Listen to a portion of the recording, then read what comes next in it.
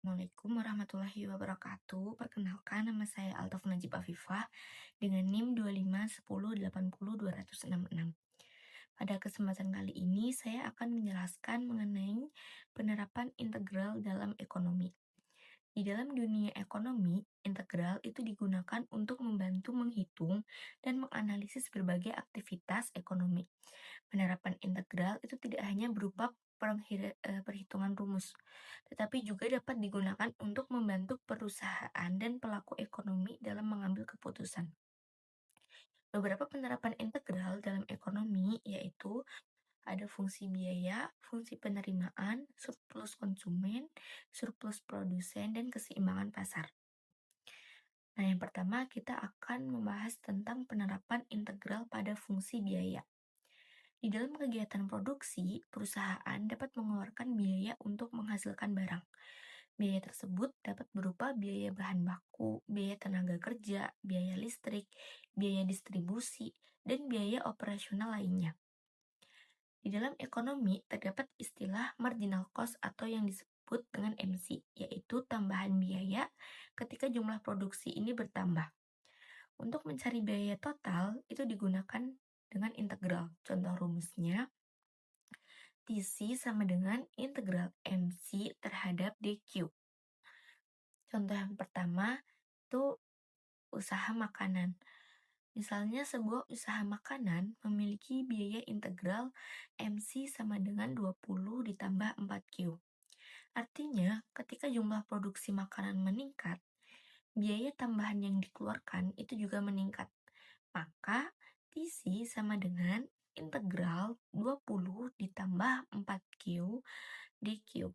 Hasilnya sama dengan TC sama dengan 20Q ditambah 2Q kuadrat ditambah C. Penerapan dalam ekonominya itu misalnya sebuah usaha ayam geprek. Awalnya memproduksi 50 porsi per hari. Ketika permintaan meningkat menjadi 200 porsi, usaha tersebut membutuhkan tambahan ayam yang lebih banyak, pegawai tambahan, kemasan lebih banyak, serta biaya gas dan listrik yang meningkat. Nah, dengan fungsi biaya total, pemilik usaha dapat memperkirakan berapa biaya yang harus disiapkan sebelum meningkatkan produksi. Lalu contoh yang kedua yaitu industri fashion. Misalnya sebuah brand pakaian memproduksi kaos. Semakin banyak kaos yang dibuat, maka biaya kain meningkat, biaya jahit akan meningkat, biaya packing juga meningkat. Nah, integral ini membantu perusahaan mengetahui apakah jumlah produksi yang ditambah itu masih memberikan keuntungan atau justru menyebabkan biayanya terlalu besar. Lalu pembahasan yang kedua yaitu ada penerapan integral pada fungsi penerimaan. Selain biaya, perusahaan juga harus mengetahui jumlah pendapatan yang diperoleh. Dalam ekonomi terdapat marginal revenue atau MR, yaitu tambahan penerimaan dari tambahan penjualan. Rumusnya, TR sama dengan integral MR terhadap DQ. Contoh yang pertama yaitu toko online. Misalnya, sebuah toko online memiliki MR sama dengan 100 dikurangi 2Q. Maka TR sama dengan integral 100 dikurangi 2Q terhadap DQ. Hasilnya DR sama dengan 100Q dikurangin Q kuadrat ditambah C.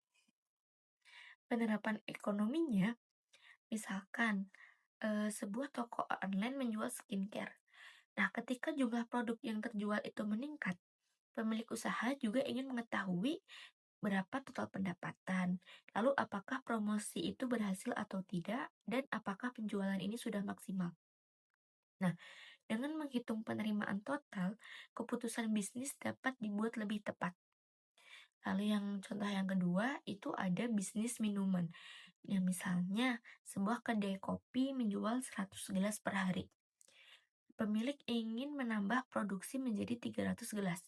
Nah, dengan analisis penerimaan, pemilik bisa melihat apakah tambahan penjualan tersebut memberikan pendapatan yang lebih besar dibandingkan tambahan biaya yang dikeluarkan. Lalu yang ketiga ada penerapan integral pada surplus konsumen. Surplus konsumen itu adalah keuntungan yang diterima pembeli karena membayar harga yang lebih rendah dibandingkan harga maksimal yang bersedia mereka bayar. Contoh yang pertama itu ada pembelian laptop. Seseorang ingin membeli laptop, lalu ia bersedia membayar 10 juta, tetapi harga di toko 8 juta. Maka surplus konsumennya 10 juta dikurangi 8 juta sama dengan 2 juta. Nah, penerapan ekonominya, pembeli mendapatkan manfaat sebesar 2 juta karena membeli dengan harga yang lebih murah. Lalu yang contoh yang kedua ada promo marketplace. Misalnya, saat hari belanja online, sebuah sepatu biasanya bernilai 1 juta dijual dengan 700 ribu. Pembeli sebenarnya siap membayar 1 juta. Maka surplus konsumennya 1 juta dikurangin 700 ribu sama dengan 300 ribu. Artinya pembeli memperoleh keuntungan tambahan sebesar 300 ribu. Lalu yang keempat ada penerapan integral pada surplus produsen.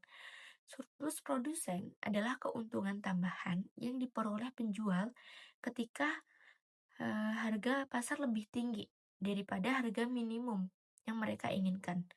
Contoh yang pertama yaitu petani. Seorang petani bersedia menjual beras, yaitu dengan 10.000 per kilo, tetapi harga pasarnya 14.000 per kilo. Maka surplus produsennya 14.000 dikurangin dengan 10.000, sama dengan 4.000 per kilo. Nah, penerapan ekonominya, petani mendapatkan keuntungan tambahan karena kondisi pasar memberikan harga yang lebih tinggi. Lalu contoh yang kedua itu pedagang makanan. Seorang penjual bakso itu menghitung harga minimal agar tetap untung adalah 8.000 per mangkuk. Namun harga pasarnya 12.000 per mangkuk. Nah, maka surplus produsennya ketika 12.000 dikurangin 8.000 sama dengan 4.000. Nah, keuntungan tambahan ini bisa digunakan untuk membeli peralatan, memperbesar usaha, serta menambah karyawan. Lalu yang kelima ada penerapan integral pada keseimbangan pasar. Di dalam ekonomi, keseimbangan pasar terjadi ketika jumlah barang yang ditawarkan itu sama dengan jumlah barang yang diminta. Rumusnya Q sub sama dengan QD. Contohnya, fungsi penawaran QS sama dengan min 30 ditambah 5P. Fungsi permintaannya QD sama dengan 60 dikurangin 4P. Maka QS sama dengan QD, yaitu min 30 ditambah 5P sama dengan 60 dikurangin 4P. 9P sama dengan 90. Maka P sama dengan 10. Nah, harga keseimbangannya PS sama dengan 10. Nah, jumlah keseimbangannya Q sama dengan 20. Dalam penerapan ekonominya, contohnya harga cabai di pasar.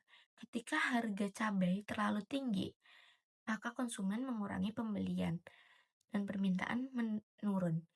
Nah, ketika harga terlalu rendah, petani ini bisa mengurangi produksi dan jumlah barang di pasar itu berkurang. Karena itu, dibutuhkan harga keseimbangan agar konsumen dan produsen sama-sama mendapatkan kondisi yang sesuai. Contoh penerapannya dalam perbankan syariah, sebagai mahasiswa perbankan syariah, konsep integral ini juga dapat digunakan untuk menganalisis perkembangan dana. Contohnya, sebuah lembaga keuangan ingin melihat pertumbuhan keuntungan dari suatu pembiayaan usaha selama beberapa periode. Dengan menggunakan konsep integral, total keuntungan selama periode tertentu dapat dihitung sehingga membantu lembaga dalam membuat keputusan keuangan. Misalnya untuk mengevaluasi perkembangan investasi, keuntungan usaha, serta pertumbuhan dana nasabah.